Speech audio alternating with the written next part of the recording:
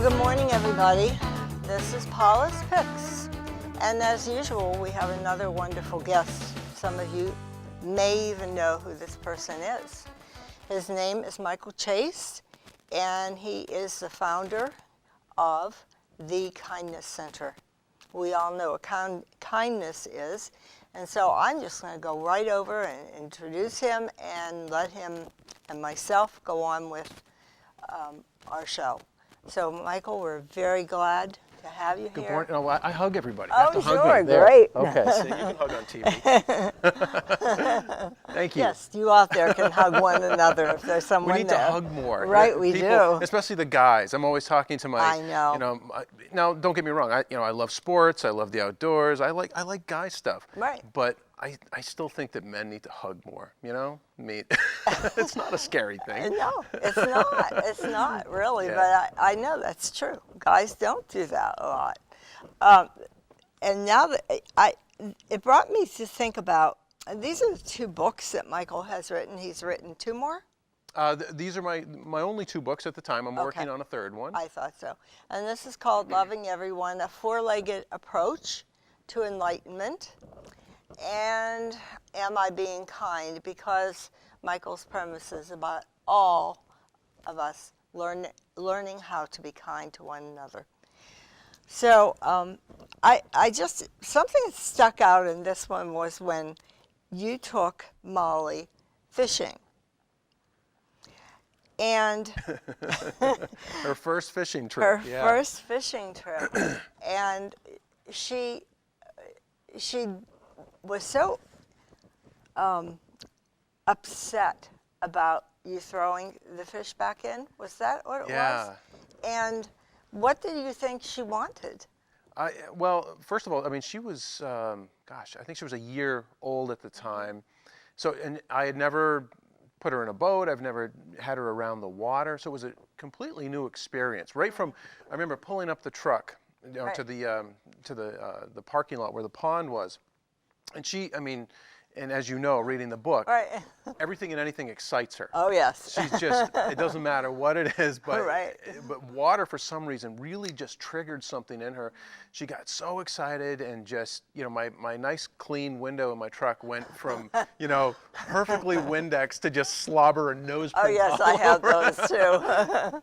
And so I got her out and she went down and kind of tested the water. She'd put a foot in and we got in the boat and it was, first thing in the morning, sun was just coming up. It's like that beautiful time of the day where the water is like glass. Got my first cup of coffee and I just, just threw out a cast, my first cast, and the water just like exploded, and it was on Kennebunk Pond, and it was a bass that I had hooked, and Molly just started to go crazy. She had never seen such a thing. What is that?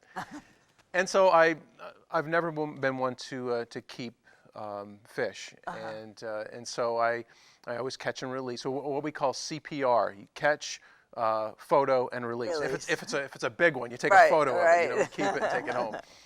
And so I reeled it in, and I just started to show Molly, because her tail was just going crazy. She jumped to the other side of the boat. She's knocking all my other poles over, and and she gets it, and she starts sniffing and sniffing and sniffing this fish. And so I said, okay, we have to let it go. So I unhooked it. I gently put it back in the water.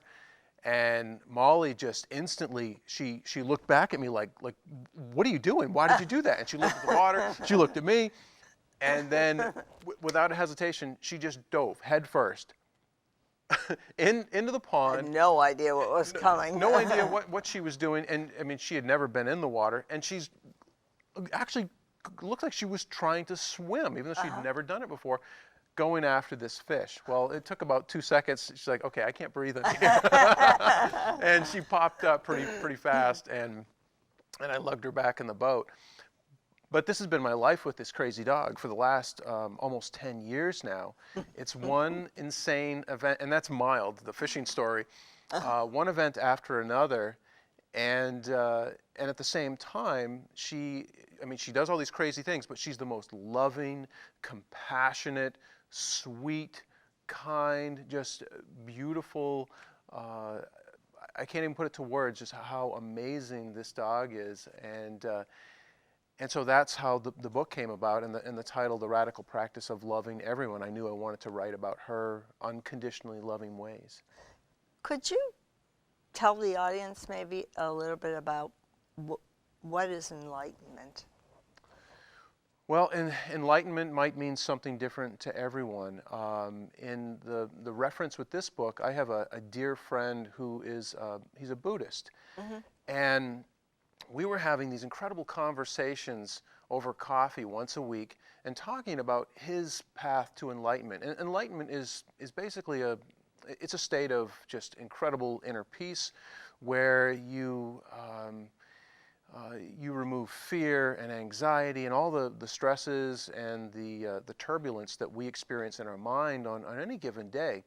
It's just gone. It's pure bliss, and you feel it's like that sensation, you know, when you first fall in love. Yes. And you just don't see anything else in the world but just, I mean, and that feeling takes over. And it's the same way. When you become enlightened, you experience unconditional love. Unconditional love toward yourself, toward other people, toward animals, toward everything. So this friend of mine was showing me how, because I was explaining, I'm writing this book about a crazy, my crazy dog, and it was such a profound spiritual experience to watch her, to try to understand why she did the things that she did, and everybody was like, it's a dog. It's like no, it's more than that. Right, There's something exactly. really, and you know, as a dog owner, yes, that they are just incredible teachers in our lives. they are. And so so those two paths started to come together. This friend that was sharing his Buddhist wisdom, and then seeing the path of unconditional love that this crazy dog was revealing to me. And it merged together, and it made me really start to think about my own spiritual path and how my friend's lessons and Molly's lessons could potentially bring me to a place of just having more peace in my life and to feeling happier about who I am and making that connection with others around me. And I'm happier with Chloe when I'm around her. I mean, when she goes, I call it the farm. My friend has a farm, and she was breeding dogs, but not anymore. And she has a standard-sized poodle. But I miss her so much. And if I just need to get away and I go to a retreat or I go to visit a friend in New Hampshire, my best friend, I have to call like 3 or 4 times. How is she? What's she doing? Is she getting into anything? All of the dog people out there, right. They understand this. Yeah, it's so true. I know, and it's just wonderful with her, having her there. And I live alone, except with her. I live with her, and she knows everything I do, and I'm blessed by having her. And when you come home, I mean, my. Isn't it incredible? Oh, the face licking all the way from the head to the toes, and the crying, and you could be gone for 5 minutes. Oh yeah.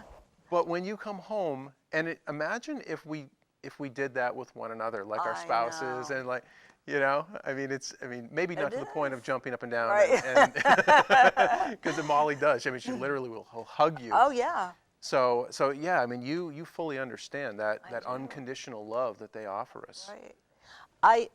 I really liked this part with your meeting with your friend, the Buddhist, and I also loved because I love Thich Nhat Hanh, and when I was in seminary in Boston, I just loved everything about anything that had to tell. We could take courses in the summer, and that was the one I took, and his talking to you was just so wonderful, and not talking to me, but I mean talking over a screen, and you would just feel so peaceful listening to him.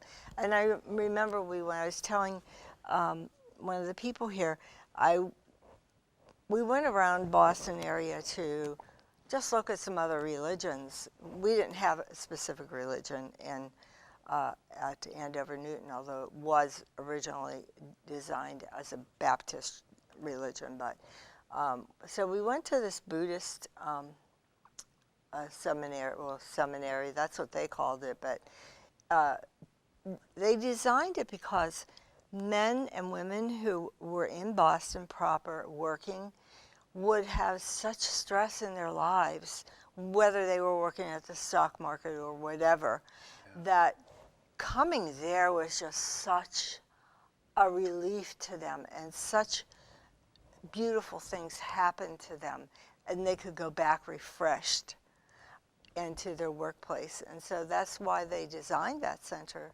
to work with people and have it open to them when they were feeling this way.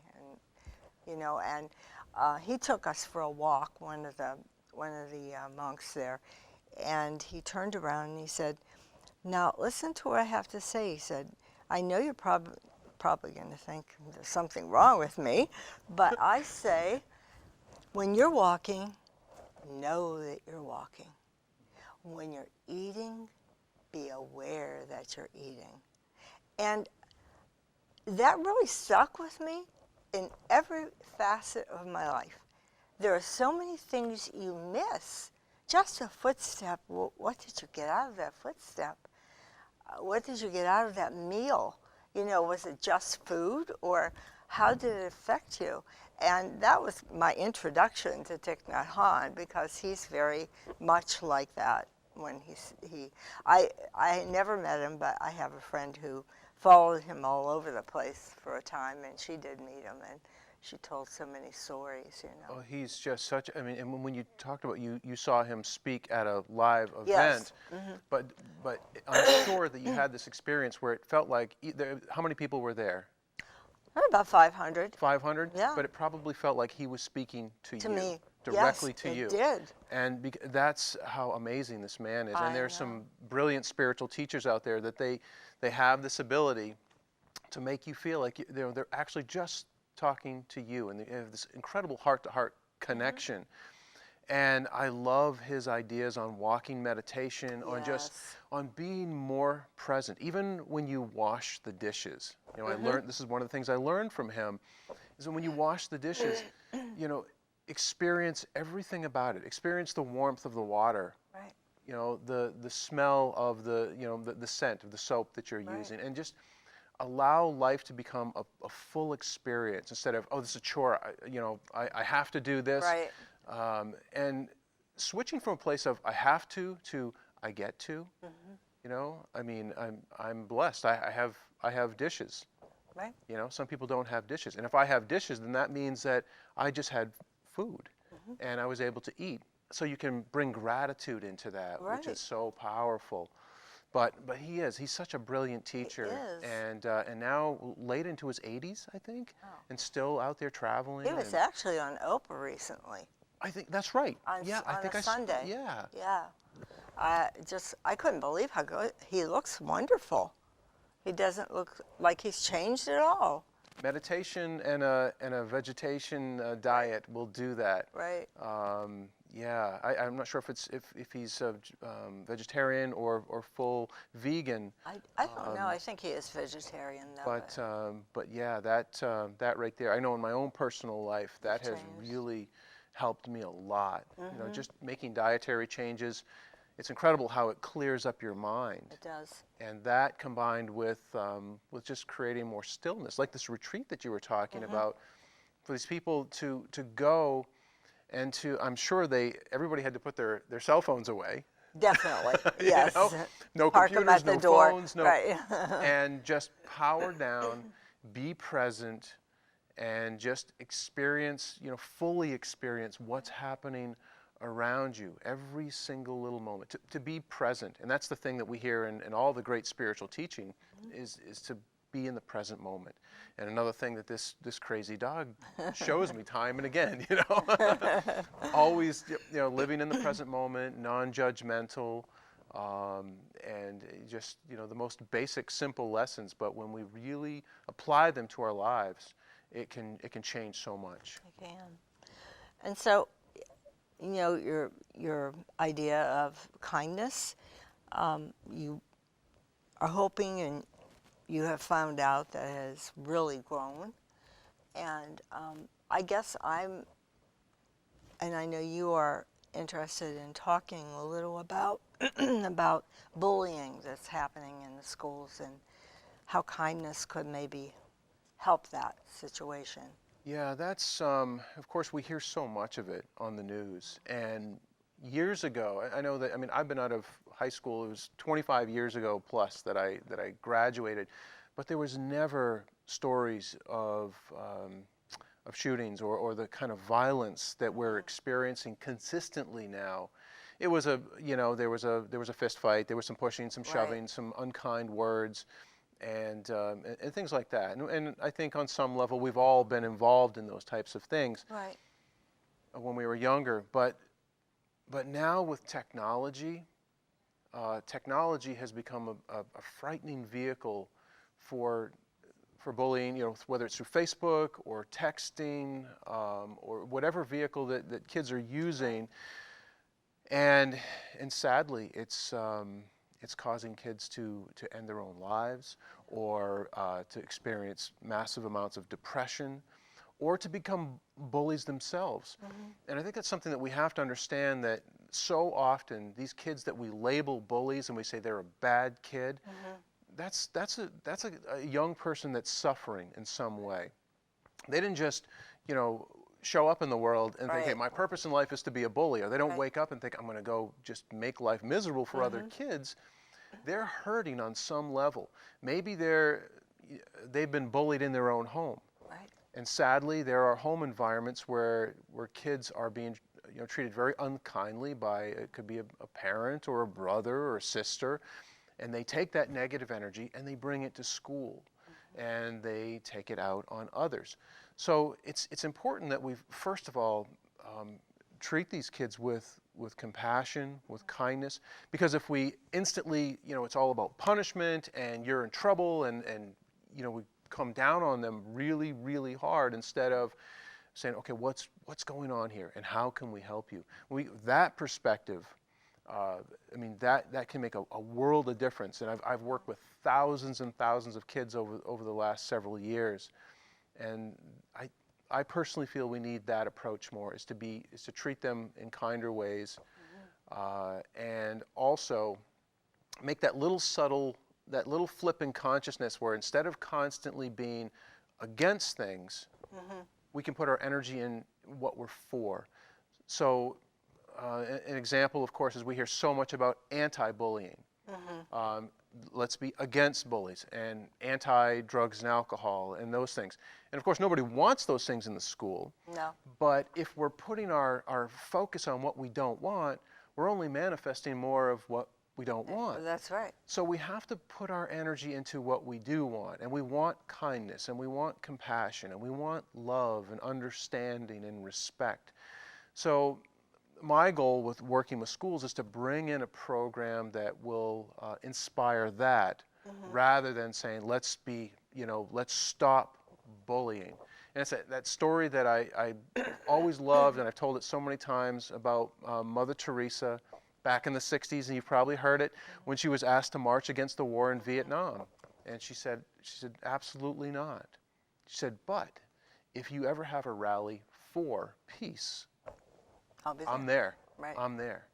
So I think that's key, and not just in our schools, but in everything. We start putting our focus on what we want to create that's positive, instead of being against. How did the kids respond to you? You know what, it even surprised me, because this was, oh boy, 5-6 years ago when I really started doing this. And you know, I'm 44 now, working toward 45. So here I was, you know, later 30s. A guy shows up that, you know, and he's supposed to talk about kindness. I mean, and they're just thinking, you know, what a joke. You know, I'm not going to listen to this, and because their attention span as it is, Right. it's tough. Right. You know, it shocked me that they really, I mean, they stuck right with me, and they really wanted to be a part of something that I was, you know, I was showing them. This is a movement. This whole kindness thing, this isn't just a warm and fuzzy word. Right, and exactly. It's happening all over the world. Schools, businesses, different organizations, they're seeing that kindness is really you know, it's love in action. That's the way I've often described it. That it can have a huge, huge impact on people's lives, on the one that is being kind, and then the people on the that are receiving it. Right. So the response has been phenomenal, and I think the big piece of that is because I share so much of my personal story, which was not always a kind one, and many kids can relate to that. So as I talk about my family history that was filled with, you know, with alcohol, with abuse, with, you know, depression, and so many of the things that these kids are sadly exposed to, they started to relate. Instead of me just shaking a finger and saying, now you kids be good, you be kind, be nice to each other, because then they're just, you know, their eyes are closed, they're like, I'm not listening to this guy. So storytelling is something, you know, just sharing my own personal experiences, and that has been a wonderful way to connect with the kids. And then I have thousands of letters that I've received, and surprisingly, some of them in handwritten, if you can imagine that. I can't. Pen to paper. Most come in the form of email or Facebook messages. Right. But I have received some of the most beautiful, heartfelt messages from kids that said, you know, listen, I know I've been a bully for so long, and now I know why, because you know, I want to help them understand themselves better. This is maybe why you're acting this way. You're hurting. Let's get to that, and let's heal your heart, and then we'll all move on together. But they've told me, they said, you know, I will not bully again. Or I've had letters from students saying, I was thinking about taking my life. And, you know, something that you said, you know, it changed my way of thinking. And as I explained to them also, you know, I'm not special. Just because you give someone a microphone and a room full of people, it doesn't make me any wiser. It doesn't make me, you know, any better than any of them. And I'm not looking to be anyone's guru or spiritual teacher or anything like that. I'm just sharing with them my own truth, the things that have worked for me, like I said, because of that background, that history, and people want to know, okay, how did you go from being a part of that and all the struggles that I had to now just wanting to be out there and try to make the world a better place. So it's been such a blessing, you know, it really has, and the students need a positive message more than ever. Definitely. Yeah. You read something, I wrote something, I think it was in this book, about the guy that says coffee. Your stepfather worked with him forever. Yeah. And what had happened to him and how you felt about that and how you responded, because I think a lot of us might think, oh, I wish I could be like that guy. He never gets mad. He never, you know, he never says anything against anyone. He's just really cool, and I wish I could be just like him. But you have experienced tremendous things in your life that made you angry and that made you respond in an angry manner. Absolutely. And that particular story, you did sound angry. You were angry. You said something to your mother about it. Wasn't so much angry. If you're speaking of the story of Jesse, the yes, man that Jesse. Yeah, that particular story, which of course was a heartbreaking one that I wasn't even aware of at the time. My stepdad works. He's such a beautiful soul and works with people with different disabilities and handicaps. And he brought this man to my mom's home one afternoon when I was there having lunch with her. And this stranger walks in, and he would stop in the middle of the kitchen. He'd look up at the ceiling and just yell out, "I want coffee!" in a really loud, a very strange way. And it just kind of set me back. It's like what does he do? I got fearful. I became judgmental. All the things that I'm trying to remove from my life. But I'm still human, and I always want people to know that I'm the furthest thing from perfect. I was just talking to the producer there. What did I say? So here's my cell phone. Call my wife. She'll tell you. I struggled just like everyone else. But I get up every day, make it my intention to be a better version of who I was the day before. But in this particular case, I became judgmental. And again, going back to Mother Teresa, who said, when you judge people, you have no time to love them. And I was looking at this man in a judgment. It's like, he seemed strange, and I became fearful, and so I started to back away. And this kept going on, and he kept yelling he wanted coffee, and then he got coffee, and then just some other behavior that I wasn't used to seeing. Right. And then finally my mom leaned over, and she said, do you know about Jesse, what happened to him? I said, no, I have no idea. And she told me that when he was a little boy, I think it was around 10, his father, and first of all, Jesse at the time was, I think, his late 50s when this happened, when I was in the kitchen with him. But when he was a young boy, around 10, his father grabbed him, and to this day, no one knows why, put his hands around his neck, held him to the ground, and choked him, and just with, I mean, almost right to his death. But the end result was that this little boy ended up with permanent brain damage.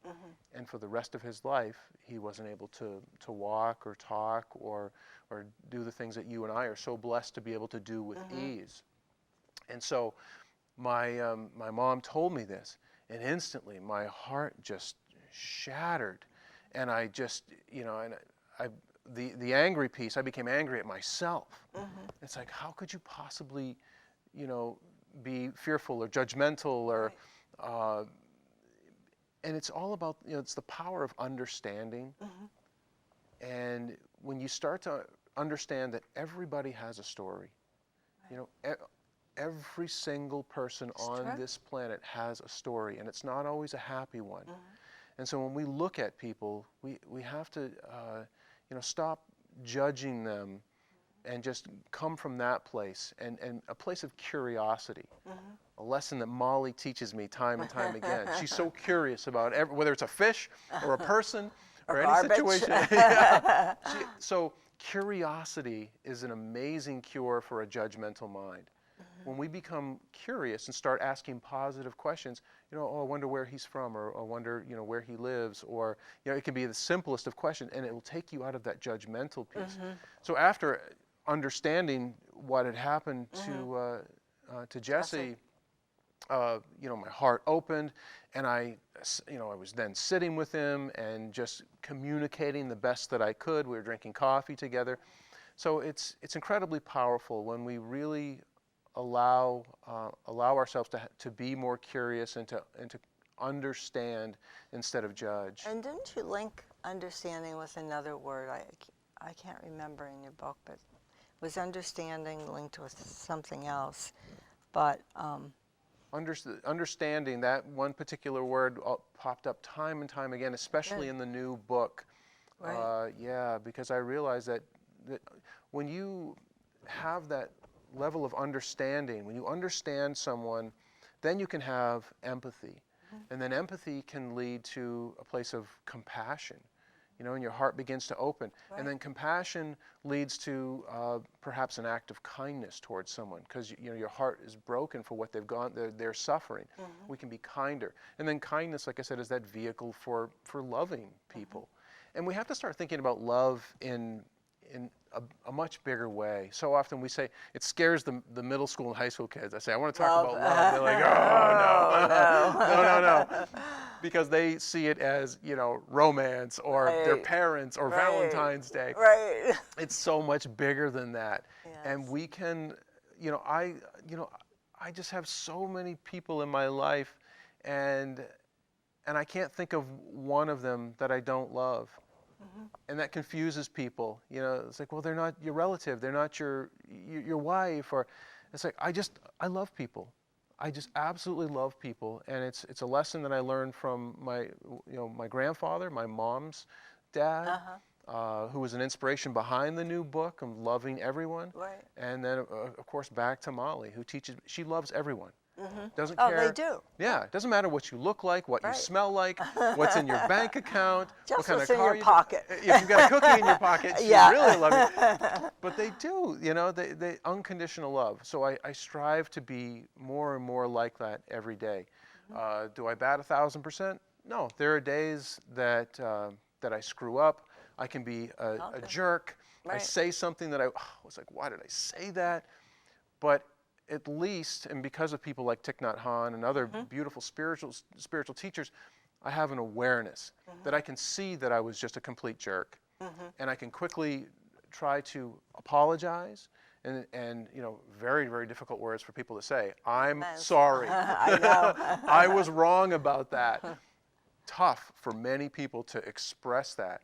But when you do, it's incredibly freeing. It's freeing for you It and is. the individual. Yeah. I just read a book. I think it's just great. It's by Wayne Jacobson. I don't know if you've ever heard of him, but he helped write The Shack. He was one of the helpers in writing it. And he wrote a book about God the Father, and he entitled it, He Loves Me. And in the book, he talks about, we're ashamed of what we do sometimes. We behave in such terrible ways. But we always know that we can go back to God the Father, and he has no judgment on you at all. He just loves you. And that shame is all gone when you do that. Of course, you keep repeating that same circle again, but you can go back to it. And that really helped me reading that. Because I know I've hurt feelings of people, and I've said things being judgmental, but now I know I can go back and know that I am loved and someone does forgive me. Absolutely. And you have to remember to forgive yourself. That's right, exactly. That's huge. Yes. And many people struggle with that piece right there. But forgiving yourself is one of the most healing things that you can do in your life. Right. To let go of, and so much of what we do, we just tell stories. Like, we're always telling old stories in our head instead of what we mentioned earlier about living in the present moment. Right. Because life is happening right here, right now. And this is it. Right. And what happened, even 5 minutes ago, or what's going to happen, that's why go there? Right. That Ram Dass from, I don't know if you, Yes. he wrote "Be Here Now" back Yes. in the 60s. All about just being here now. So we in have the no present control over the other things, No. Just But we do have control of this over, present that's moment. right, exactly. So instead of continually to tell those old stories that thing that I did back in 1985, it's like, why did I do that? I was like, everybody else from 1985 has moved on, all right? Right. They've chopped off their mullets, they've gotten rid of their parachute pants, the 80s is gone, Right. Here we are today in 2014. So embrace where you are, look at those experiences as incredible lessons, because life is, this is the curriculum. That's what life is. It's school in itself. Did you learn something? Did it help you so it ensured that you would never repeat that mistake again or say that again? And we're not assured of that. And yeah, many of us, I know I make many of the same mistakes over, and life gives lessons. Right. If you don't get it the first, the second, third, fourth, You'll get it. 100th time, they'll keep coming Right. back to you until you can, maybe get it right and make peace with whatever the situation was and yourself. Oh, we could just sit here and talk forever. I know I could, and I just have to tell you that these books are really great. Thank you so much. Really great. That means the world to me. I hope that some of you viewers in the audience will maybe pick these up. I got mine I'm going to plug somebody, at the Bull Moose. Bull Moose? They I didn't even know they were carrying it. Wow. Yes, and the prices are a lot less, but they're down there. This was the last one. Wow. So I never know where it is. I've been so blessed. I'll plug None Such Books here in Biddeford. Right. They called me a couple of weeks ago and they said, we just wanted to let you know that the year 2013, out of all of our books, your book was the #1 bestseller for the entire year. Oh my. And I was blown away. I had no idea. So I I had a friend that was in Africa a few months back. She was going through the airport in Africa, and she said, your book was sitting in a gift shop in Africa.